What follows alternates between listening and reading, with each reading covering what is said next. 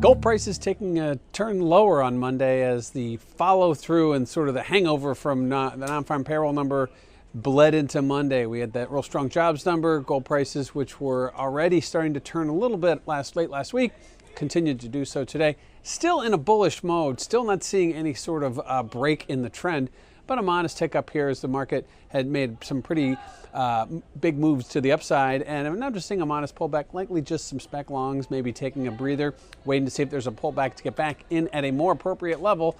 That being said, I do expect gold to continue higher despite the fact that technically we've seen a big push here. Obviously, the news is going to play a lot to part in it, whether it becomes trade talk, whether it becomes Europe, whether it's Brexit, whether it's U.S. economy and Fed and all that. But I think ultimately right now gold is finding a lot of favor as it has really going back over the last several weeks and months, given the fact that yields have been very teetering on the low side. We've seen a lot of uncertainty around the globe, and gold seems to be the one thing that's been there and been there all along and will continue to be there. And I think 1350 is still a good target ahead of the March 29th Brexit announcement. Now, what happens after that? We could see it skyrocket. We could see it plummet based on the way the market reacts.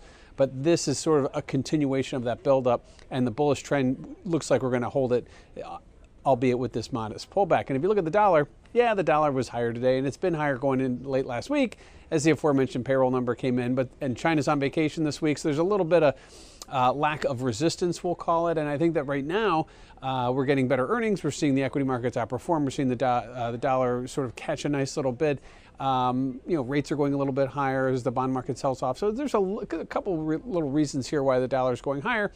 Fed policy certainly has very little to do with it, as we heard last week, that they are really going to be patient and wait and watch, and not necessarily going to put the pedal to the metal and continue any kind of tightening cycle that may have been priced in previously but is no longer. So right now gold price is really trading not yet tit for tat with the dollar, but again falling in line. Dollar's higher, gold is lower. How long that will last, we'll wait and see. And lastly, the positioning numbers that we've been waiting for since December 18th. The last time we saw the CFTC publish any kind of open positioning, speculators versus non-speculators, we got one as of Christmas, as of December 25th.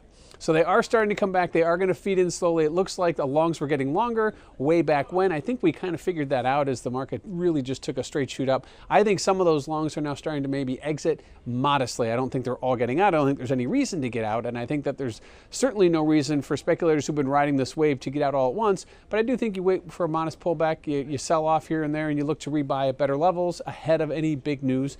And right now, the big news this week, we have Fed Chairman Powell will be speaking at a town hall meeting. There's a Bank of England meeting, and then we'll continue to watch earnings. So there's a pretty good fair share of things that are going to be hitting the tapes, but certainly gold should remain in the technical trend it has been in since November, and that is bullish unless we see a significant change in the fundamental landscape. And right now, that doesn't look very clear, at least not before March 29th and the Brexit line in the sand.